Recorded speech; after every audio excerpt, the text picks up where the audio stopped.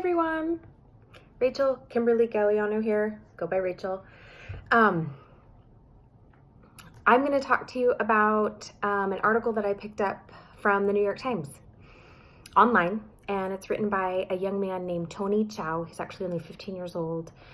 The New York Times does an annual contest, and they take about 10,000 entries, and he was one of the top 12 for this article that he wrote. So it did catch my eye, but the title of the article is Confronting Toxicity in Gaming, Going Beyond Mute. And gaming caught my eye because my son was a gamer throughout high school, and I thought, I wonder what this is about. And it has the word toxicity in it. So anyway, it was published on June 6th of this year, and it, in summary, talks about online gamers that hate on each other with their speech, basically. And throughout the article, Tony gives an example about, he compares the cycle of this hate speech that these gamers, banter back and forth, this rhetoric that they have with each other, to fraternity hazing. So basically he says, for the sake of example, this guy Joe, he's a new gamer. He joins an online gaming. Let's say he's playing League of Legends. He's not very good at the game. He joins a team. He brings the team down. The team loses because he's not a very good player yet. And at the loss, the team shames this guy Joe with hateful speech. They racist comments, anti-Semitism, all kinds of just gnarly, nasty stuff. And so Joe sits in his pile of shame. Over months, gets better and better.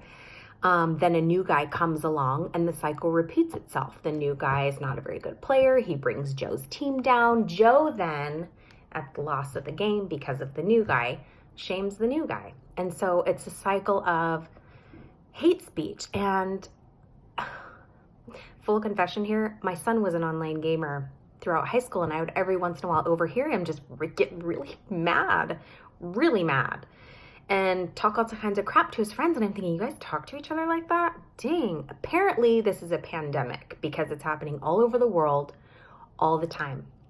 And so the point that Tony makes in the article is that he thinks it's contributing to the anti-Semitism, white supremacy overall attitude that he feels is in America more than it should be, more than it ever was. And so it's really interesting, some of the points he makes, and he contributes some of it to our youngsters being, practicing hating on each other basically with their words through this online gaming platform. So in the end of the article, he also speaks about the point that he makes is that he feels like gaming companies, these companies that make the games and house the games and such, should have somewhat of a responsibility to kind of curb this behavior in taking example from live sports and bringing it into esports, in that, hey, this rhetoric and this banter and this hate speech isn't allowed here. And there's consequences, to hating on each other in a really bad, racist, anti-Semitic kind of way. So it's an interesting stance. I think I'd have to agree with him a little bit. And I like that, in my mind,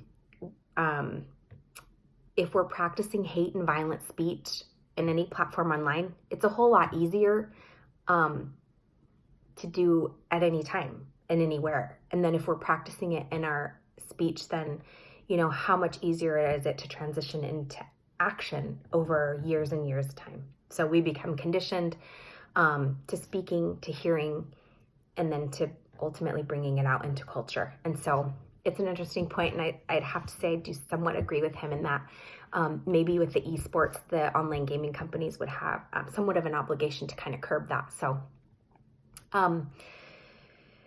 thank you for letting me share this article. The reason why I chose it is because I feel like, one, I love America and everyone in it, and and the other is that we don't know what we don't know, guys. And so the article certainly shed some light on something that I wasn't 100% aware of, and so yeah, I'm gonna share it with you. Thank you so much.